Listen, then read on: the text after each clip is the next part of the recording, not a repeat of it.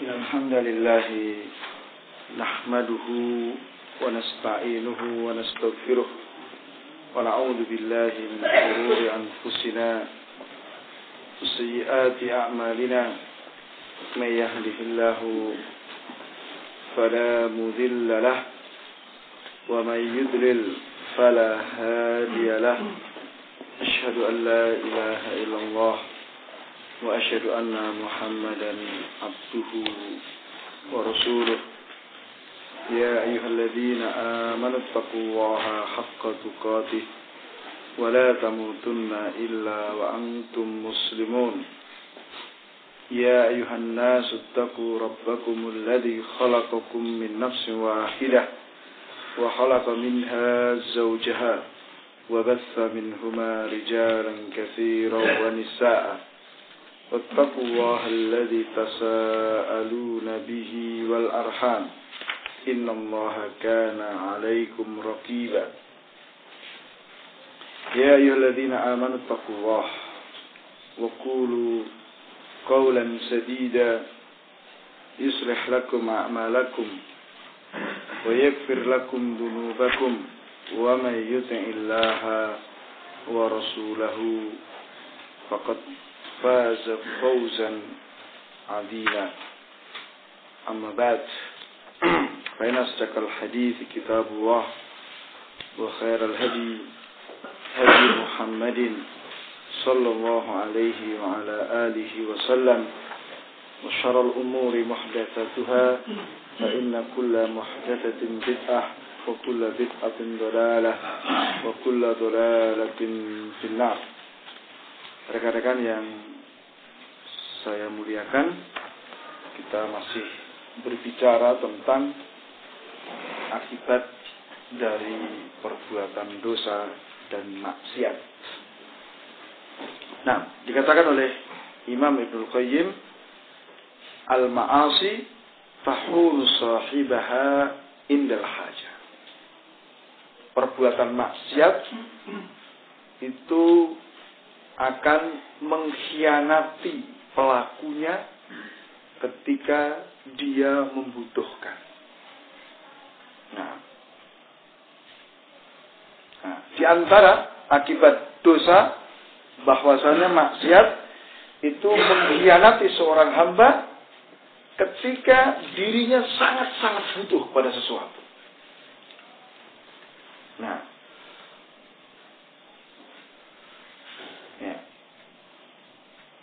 fa inna kulla ahadin yahtaj ila ma'rifati ma yanfa'uhu wa ma yadurruhu fi ma'ashi wa ma'adihi. Nah, karena sesungguhnya setiap orang itu pasti butuh terhadap pengetahuan tentang apa yang bermanfaat bagi dirinya dan apa yang membahayakan bagi dirinya di dunia dan di akhirat. Maka orang yang paling mengetahui apa yang bermanfaat dan apa yang membahayakan adalah orang yang mengenal apa yang bermanfaat dan membahayakan itu secara detail. Semakin detail, semakin rinci dia mengenal, maka dia semakin tahu tentang hal itu. Nah, orang yang paling kuat, orang yang paling cerdas adalah orang yang paling kuat terhadap jiwa dan keinginannya. Kemudian dia gunakan kekuatan tersebut untuk mengerjakan apa-apa yang bermanfaat. Dan dia gunakan kekuatan itu untuk menahan dirinya dari apa-apa yang membahayakan. Ya, jadi saya ulangi, setiap orang pasti butuh untuk mengenal hal yang bermanfaat dan yang membahayakan. Maka orang yang paling tahu adalah orang yang paling kenal secara detail. Kemudian orang yang paling kuat dan yang paling cerdas adalah orang yang paling kuat dalam menguasai jiwa dan keinginannya. Kemudian dia gunakan kekuatan itu untuk mengerjakan hal yang bermanfaat dan mencegah dari perkara yang membahayakan. Maka dalam hal ini, pengetahuan, semangat, kekuatan, kedudukan masing-masing orang berbeda-beda. Gitu? Pengenalan terhadap hal yang bermanfaat dan membahayakan masing-masing kita berbeda. Kekuatan untuk mengerjakan ketaatan dan menahan dari yang membahayakan juga berbeda-beda. Ya. Maka fa'arifuhum man kana 'arifan bi asbabis sa'adati was shaqawah. Maka orang yang paling mengenal di kalangan manusia adalah orang yang paling mengenal tentang sebab-sebab kebahagiaan dan mengenal sebab-sebab kebinasaan. Wa arsyaduhum, orang yang paling mendapat petunjuk dalam hal ini, man athar hadza ala hadza, yaitu orang yang lebih mengutamakan untuk mengerjakan sebab-sebab kebahagiaan daripada mengerjakan sebab-sebab kesengsaraan. Sebagaimana orang yang paling bodoh adalah orang yang kebalikan. Nah, maka kemaksiatan, ya, kemaksiatan itu mengkhianati seorang hamba ketika seorang hamba itu sangat butuh untuk mendapatkan ilmu tersebut. Kemaksiatan apa?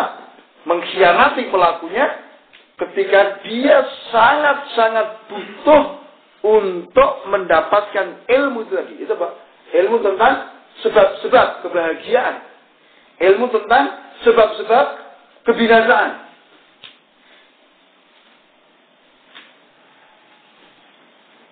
Sehingga jadilah pelaku maksiat itu orang yang mengutamakan sebab-sebab kebinasaan daripada sebab-sebab kebahagiaan.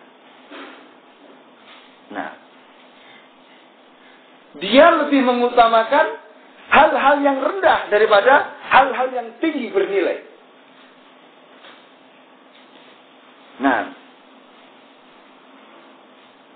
karena dosa maksiat telah menutupi hamba tersebut dari kesempurnaan ilmu. Dosa dan maksiat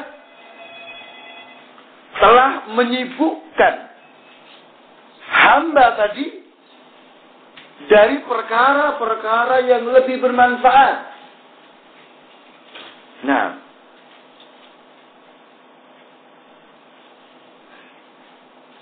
maka ketika seorang hamba terjatuh dalam perkara yang tidak disukai dan dia ingin membebaskan dirinya dari perkara tersebut, maka dosa maksiat itu mengkhianati dirinya, mengkhianati hatinya, mengkhianati anggota badannya. Nah,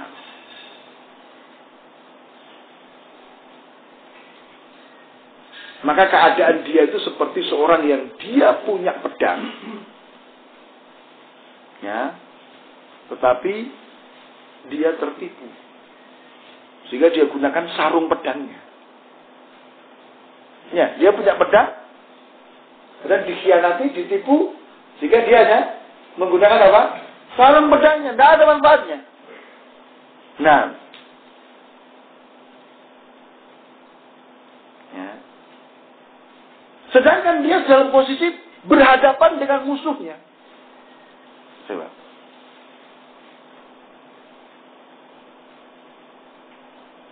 Ya. Sehingga ya dia hancur dia. Nah,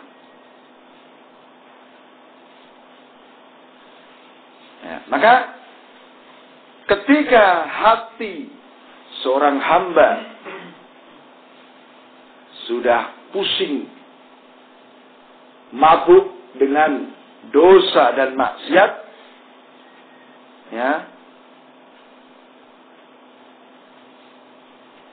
sehingga hati itu menjadi lemah, berpenyakit,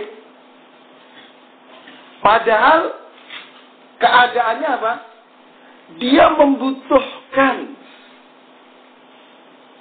kekuatan untuk memerangi musuhnya. Nah, ya kan? Padahal yang menentukan bagi seorang hamba itu apa? Hatinya. Apakah seorang itu berani maju, bertempur secara gagah kesatria atau tidak, itu tergantung dari hatinya. Jadi anggota badan itu ngikut kepada hati. Nah, sedangkan hati hamba ini tadi telah berpenyakit, lemah, karena apa?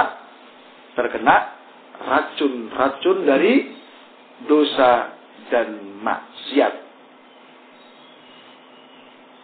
Demikian pula jiwa. Jiwa kita ketika sudah dikotori dengan syahwat, dengan maksiat, itu juga lemah. Ya.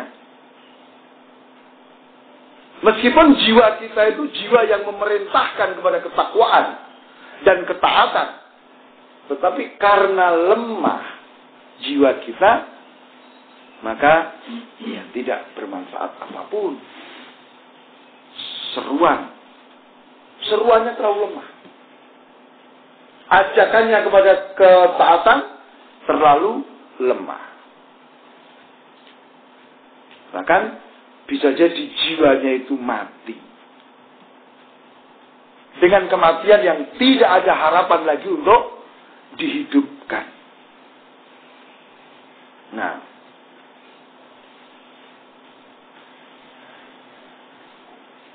maka kemaksiatan itu betul-betul akan mengkhianati pelakunya. Jadi seorang hamba ketika dia berada dalam kesulitan, berada dalam musibah,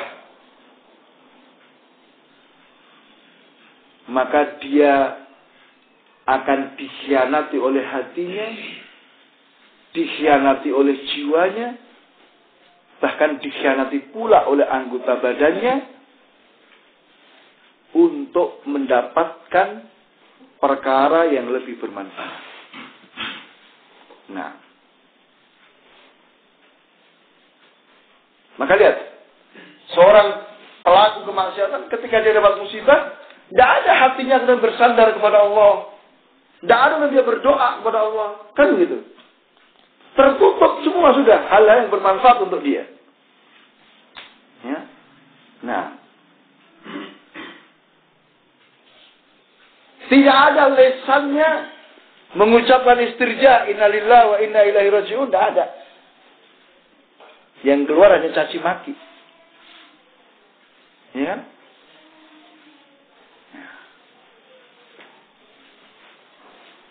Maka kita lihat ya, keadaan yang sangat mengerikan yang seperti ini. Ya.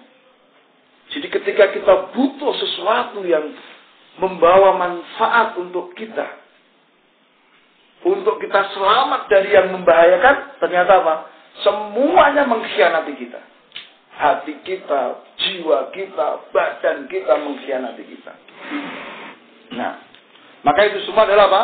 Pengaruh daripada dosa dan maksiat. Ya. Maka lihat, berapa banyak orang itu memiliki pasukan. Sebetulnya dia punya pasukan untuk apa? Melawan musuh. Tetapi dia melalaikan pasukannya. dia sia-siakan pasukannya. Dia perlemah sendiri pasukannya. Dia nggak mengikuti berita-berita pasukannya. Keadaan pasukannya kayak apa nggak pernah dicek. Nah, dalam keadaan seperti ini, ya, dia ingin melawan musuh-musuhnya. Dia diserang oleh musuh-musuhnya. Kira-kira bagaimana? Dia bisa gunakan pasukannya? Dia bisa mempertahankan diri dari serangan musuh? Awalnya dia punya pasukan, cuma pasukan ini nggak diperhatikan, nggak dijaga, cenderung dilemahkan sendiri oleh dia. Nggak pernah ditanyakan keadaannya bagaimana, persenjataannya bagaimana, kesehatan pasukannya bagaimana, nggak pernah ini. Sehingga ketika ada serangan dari musuh, apa yang terjadi? Dia mungkin menyiapkan pasukannya, segera bersiap, dia tidak bisa. Nah, bahkan bisa jadi pasukannya ini mengkhianati dia kan? Alah, ngapain komandan kita ini tidak pernah memperhatikan kita, harus ikut musuh aja. Kan begitu. Udah ikut musuh aja. Nah.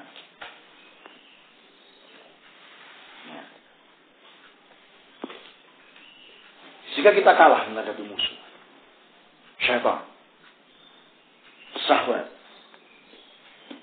karena pasukan kita tidak berfungsi. Nah, bahkan yang lebih dahsyat lagi, kemaksiatan itu mengkhianati kita, ya kan? Ketika kita dalam keadaan sakaratul maut. Ya. Orang ketika dalam keadaan sakaratul maut, dia sangat-sangat butuh untuk bisa mengucapkan kalimat la ilaha illallah. Ya kan? Dia sangat butuh dengan kalimat itu. Kenapa? Rasul katakan man qala fi akhir kalami la ilaha illallah dakhala jannah. Barang siapa yang akhir ucapannya adalah la ilaha illallah, dia akan masuk surga. Tapi karena dosa dan kemaksiatan yang dia lakukan, maka lisannya mengkhianati dia. Hatinya mengkhianati dia. Sehingga kita lihat berapa banyak orang tidak bisa mengucapkan kalimat la ilaha illallah ketika dalam keadaan sakaratul maut. Nah,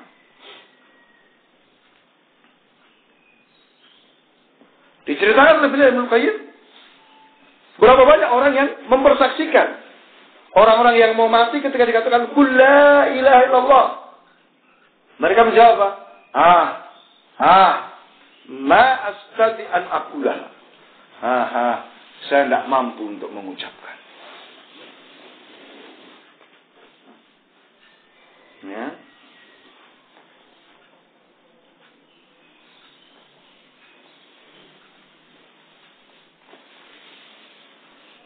Sebagian lagi ketika ditalkin untuk mengucapkan itu, dia malah sebut ya bidak-bidak catur.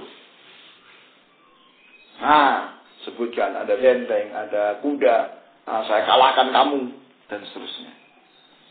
Ada juga yang ketika ditalkin justru dia mendendangkan lagu dan nyanyian. Nah,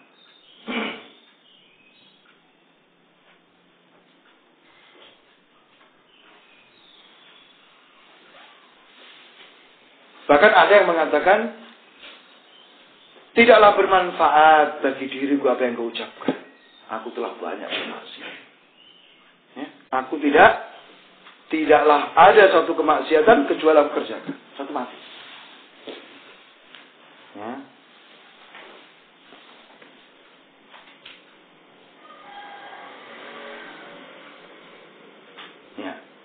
Ada yang ketika ditalkin, dia justru bilang, oh ini barang ini bagus, itu menguntungkan, beli aja. Ya, sibuk dengan urusan bisnisnya. Ke bawah sampai ya, sakaratul maut. Nah.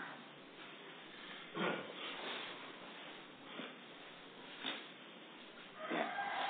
Jadi ketika seorang hamba dalam keadaan sadar,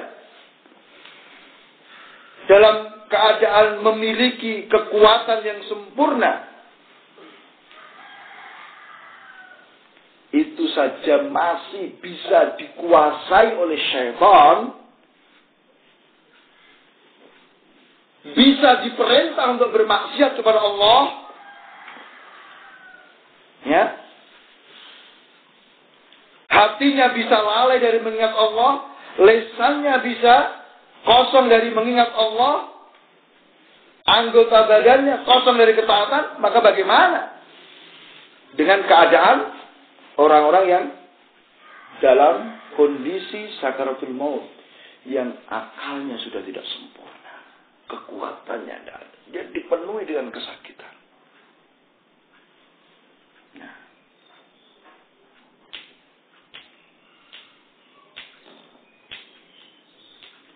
Ya. Maka dalam kondisi sakaratul maut itu, ya, lihat seorang hamba kondisinya lemah, ya kan? Lemah.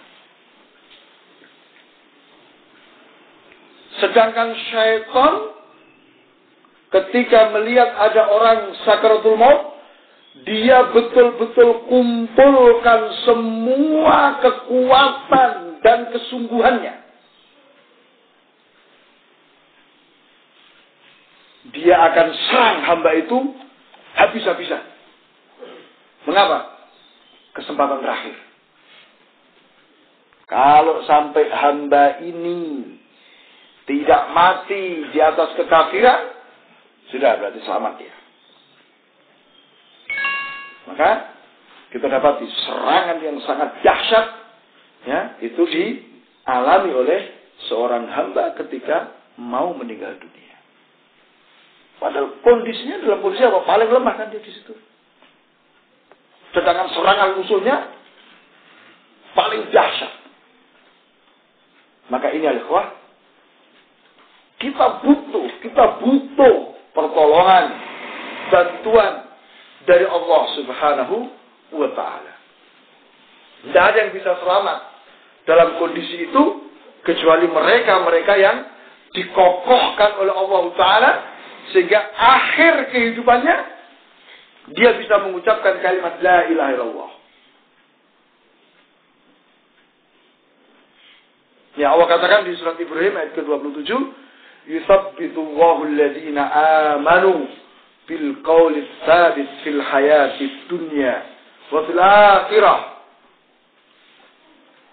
wa yudhillu Allahu adh-dhalimina wa yaf'alu Allahu ma yasha.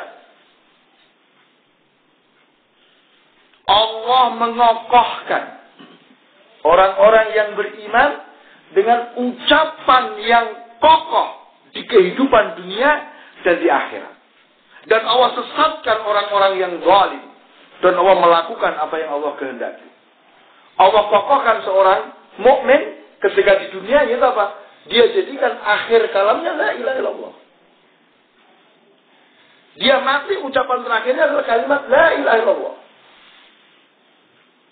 Adapun dikokohkan di akhirat, yaitu apa? Allah bantu, Allah kuatkan untuk menjawab pertanyaan munkar dan nakir di alam barzah. Nah, maka ini sekali lagi, tanpa bantuan Allah kita tidak bisa. Bayangkan, kondisi kita lemah, syaitan mengumpulkan seluruh pasukannya dan kekuatan untuk menyerang kita. Ada asar kisah bagaimana Imam Ahmad rahimahullah ta'ala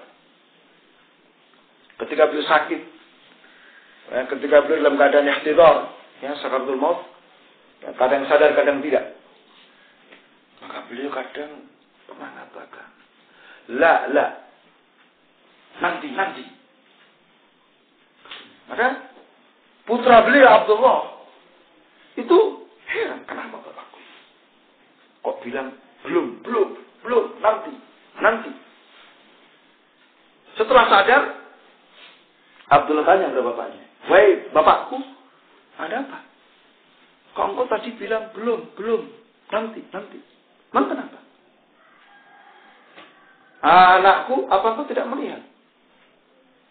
Syaitan berdiri di tempat sendalku itu. Sambil gigit jari. Seperti orang yang sangat menyesal gigit jari. Dan mengatakan, Futni ya Ahmad. Engkau telah terluput dari aku, ya Imam Ahmad. Masa belum. Nanti kalau aku sudah mati, baru lepas dari kamu. Ini kan tipuan yang sangat halus kan? Serangan yang halus tapi mematikan. Coba kalau kita yang dapat itu, wah, aku telah terluput dari aku, selamat dari gangguan. Wah, tumbuh rasa ujub, tumbuh rasa kesombongan, Pak. Lu berarti kena itu. Tapi beliau adalah seorang yang arif, orang yang paling ngerti. Ya, tipu daya syaitan dia faham. Ya kan belum. Nanti kalau aku udah mati, baru aku selamat dari kamu. Jadi ini syaitan betul-betul memanfaatkan kesempatan terakhir. Nah, coba. Dalam kondisi kita lemah, musuh menyerang dengan kekuatan yang penuh. Tetapi ternyata kita dikhianati oleh anggota badan kita. Dikhianati oleh lisan kita, dikhianati oleh jiwa kita, dikhianati oleh hati kita, dikhianati oleh anggota badan yang lain. Habis. Ya. Maka bagaimana seseorang akan mendapatkan husnul khatimah kalau dia lalai dari Allah Ta'ala, hatinya, lesannya lalai daripada mengingat Allah Ta'ala. Dia ikuti syahwat, dia ikuti hawa nafsunya.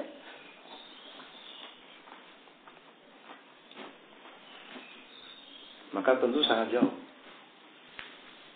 Sangat jauh dari husnul khatimah orang-orang yang hatinya jauh dari Allah Subhanahu wa Ta'ala. Ya.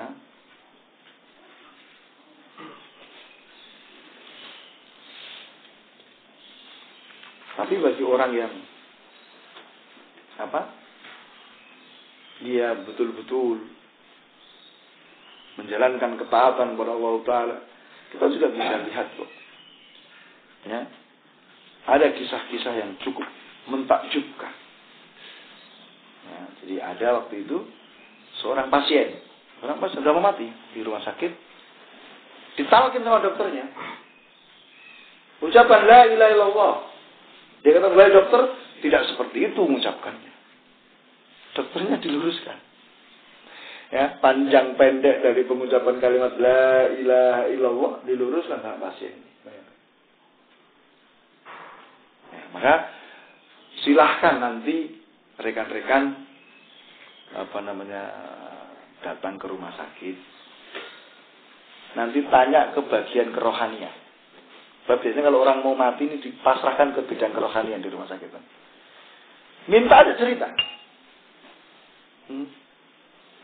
Minta dia supaya cerita tentang pengalaman dia selama dia bekerja di rumah sakit menghadapi orang mau mati. Macam-macam. Ya. Saya punya teman di PKU itu, kepala kerohanian itu. Wah, sudah macam-macam lah orang ditalkin itu. Ada yang ditalkin teriak-teriak, ada yang ditalkin malah meludahi saya. Jadi baru ucap gitu. Wah, sudah. Itu. Tapi ada yang senyum, ucapkan, macam-macam orang. Nah, yang seperti ini akan melembutkan hati kita. Gitu loh ya. Jadi jangan mainnya ke mall terus. Sekali-kali ke rumah sakit. Ya. Yang seperti itu untuk mengingatkan kita dengan kematian dan akhirat. Ya. Nanti kalau kita ke mall terus, tahu-tahu ya tertipu pula kita. Nah, kemudian akibat yang berikutnya, al-ma'asi madadun minal insani li'aduwihi alaihi. Ya, kemaksiatan itu merupakan penolong dari manusia untuk musuhnya. Aneh ini. Jadi seorang punya musuh. Mestinya dia gunakan apa yang ada pada dirinya untuk menghadapi musuh. Kan begitu. Tapi ini tidak. Justru dia berikan. Ya, dia berikan apa yang dia miliki untuk membantu musuhnya dalam menghadapi dirinya. Ya. Jadi maksudnya di sini, ketika seorang hamba bermaksiat kepada Allah, berarti apa? Dia telah membantu musuhnya untuk mengalahkan dirinya. Nah, ya, anggaplah misalnya seorang bermaksiat itu ibaratnya dia kasihkan pasukannya. Nah, tadi kita sepakat bahwa kita punya pasukan. Ya, ibaratnya dia kasihkan pasukannya kepada musuh untuk menyerbu dirinya. Atau dia sengaja membuka bentengnya supaya musuh mudah mengalahkan dirinya. Gambarannya seperti itu. Nah, ya, jadi sesungguhnya kita ini terus berada di medan pertempuran. Ya, menghadapi musuh abadi kita, syaitan. Nah, maka ketika kita melakukan maksiat, ini tadi saya katakan, berarti apa? Kita telah membantu musuh-musuh kita untuk mengalahkan diri kita. Ya, padahal apa? Allah Ta'ala itu telah menguji kita dengan musuh yang tidak pernah lepas dari kita walaupun sekejap mata. Musuh itu terus bersama kita. Tidak pernah tidur. Tidak pernah lalai. Terus melihat, mengintai kepada kita. Tapi satu sisi, kita nggak bisa melihat mereka. Nah. Ya. Musuh ini terus mengerahkan kemampuannya dalam segala keadaan. Tidak ada satu perkara pun yang sekiranya bisa untuk menyerang kita, pasti akan digunakan. Nah, ya. Bahkan mereka juga meminta bala bantuan, baik dari kalangan jin ataupun dari kalangan manusia. Nah, dia sudah tegakkan jaring-jaring, jerat-jerat yang menipu kita. Dia siapkan ya, tipu muslihat, ya, dan berbagai macam hal yang dibutuhkan dalam pertempuran. Ya. Dan sesungguhnya Allah telah memberitahukan hal itu kepada kita dengan penjelasan keterangan yang cukup gamblang. Musuhmu itu akan melakukan demikian. Langkahnya demikian. Cara mengatasinya demikian. Dan lengkap sebetulnya kita juga diberitahu oleh Allah Subhanahu wa Ta'ala. Ya. Ya. Allah juga telah memberikan kepada kita senjata. Bantuan. Ya, senjata berupa wahyu. Alkitab was sunnah.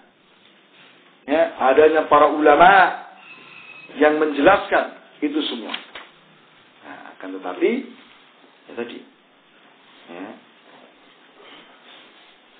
Kadang kita lalai. Ya. Nah. Jadi kita ini sudah diterangkan, dikasih senjata, ada ulama dan seterusnya. Nah, tinggal nanti bagaimana kita sikap kita. Nah, ketika ketemu dua pasukan ini, maka ketika seorang berbuat maksiat, itu sama saja dia apa? Tadi menyerahkan sebagai pasukan kepada musuhnya. Atau ketika orang bermaksiat, berarti dia telah membuka pertahanan diri untuk diserbu oleh musuhnya. Nah, maka mestinya apa? Mestinya seorang yang cerdas, dia akan tutup semua celah-celah yang memungkinkan musuh itu untuk menyelinap, masuk, ya, menyerang dirinya. Ya. Sebab ada kemungkinan musuh itu pasukan besarnya tidak bisa merobohkan benteng kita. Tapi karena ada celah-celah tadi, ada pasukan-pasukan musuh yang bisa apa? Menyusup. Ya, pasukan kecil menyusup ini kalau dibiarkan ya merusak dari dalam kan. Ya enggak? Nah. Sehingga muncul bisikan-bisikan. Ya. Nah, maka di sini hendaknya apa? Ada hal-hal yang betul-betul harus dijaga. Karena itu merupakan apa? Celah terbesar yang dengannya musuh itu akan bisa menyelinap, kemudian membuat kerusakan di hati kita. Ya, itu apa? Hendaknya kita menjaga telinga kita dari mendengar perkara-perkara yang haram. Ya, jaga telinga kita dari mendengar perkara-perkara yang haram. Tutup itu. Karena pintu terbesar ini. Berapa banyak? Ya, seorang itu rusak hatinya. Kemudian berbuat dosa yang sangat besar. Setelah dia mendengar satu perkara. Ya kan? Berapa banyak seorang muslim, dia membunuh saudaranya. Setelah dia mendengar berita. Padahal berita itu belum tentu apa? Benar. Nah,